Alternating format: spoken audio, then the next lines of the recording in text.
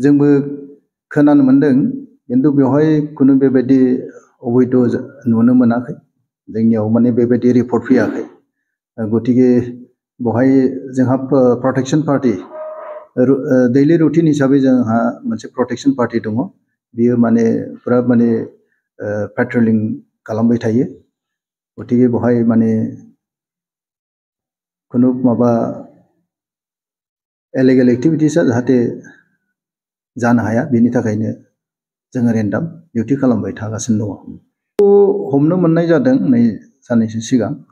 खारन बेवहाय माने जोङो जेला चेकिंआव थांदोंमोनब्ला जोङो बे गारिखौ नुनो मोनदोंमोन बेवहायनो हमनाय जादों जेला हमनानै जेला सोङो होनबा बेवहाय खुनु माने सरकारि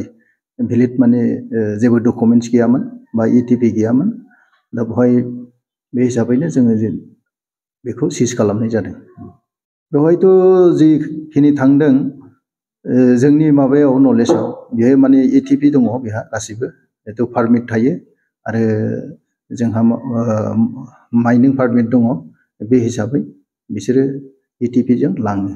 जे जायगायाव जे महल गैया बेवहाय जेनेबा अन्थाइ जावनाय बेखौ नोंथांमोना माबादि एक्सन लागोन